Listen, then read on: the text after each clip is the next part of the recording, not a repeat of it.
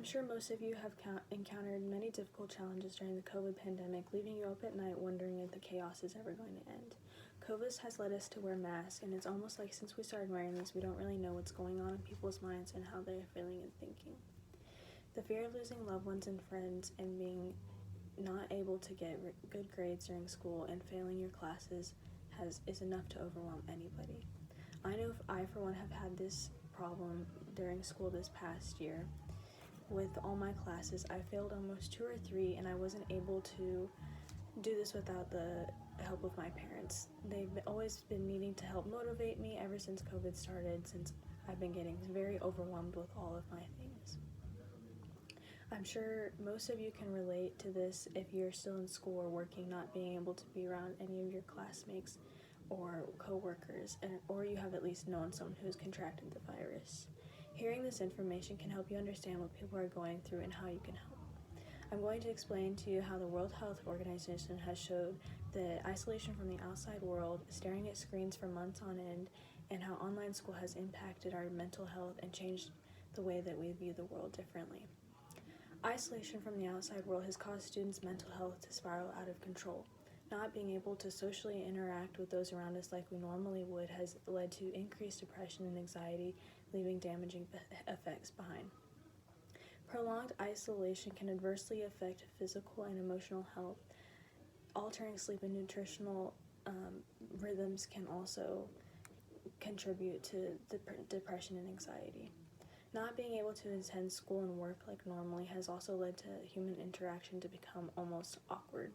It's as if you are meeting up with someone who you haven't seen since you were super little and trying to have a conversation for the first time. And since you haven't seen them in so long, you just don't know what to say or do since you haven't seen them.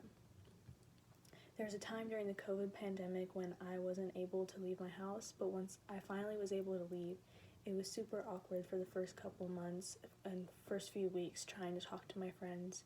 I didn't know what to say or do since I hadn't been around them and I hadn't seen them. I almost forgot how to act.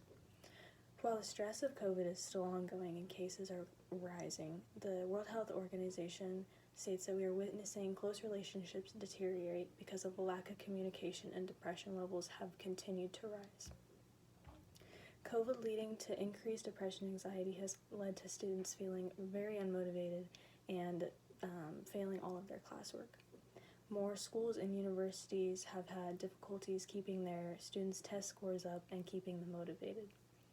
With hard work being given online, it's hard to ask for help if you need, since you're not with a physical teacher, so it's kind of hard to ask for help if you need it. You can't really ask for help online, so a lot of grades have been dropping. Of 195 students surveyed, 71% indicated increased stress and anxiety due to COVID. Due to the long-lasting pandemic solution and effects taken, such as lockdowns and stay-at-home orders, COVID has brought a negative impact on higher education. Staying at home isolated for 24/7 in bedrooms doing online work can feel exhausting. It is as if you are locked in one place staring at walls 24/7, wondering when you'll be able to leave and manage and push through and see your classmates again. During online school, I needed help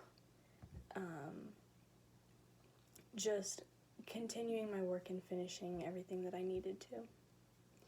Also, being stuck inside for hours on end with nothing to do means that you're scrolling through social media more, and it's been affecting mental health to the point where it's led to an increase of misinformation of COVID being spread. Misinformation creates lies, spreading to each individual, harming the way people think, and has led to higher increased risk of depression and anxiety. Data about risk of infections and vaccines has created a sense of fear in the public, since students have been questioning when they'll be able to go back to school, especially if people don't go out and get vaccines like they're supposed to. Misinformation such as vaccines being considered as microchips or that the whole COVID situation is fake in general has not helped the situation at all.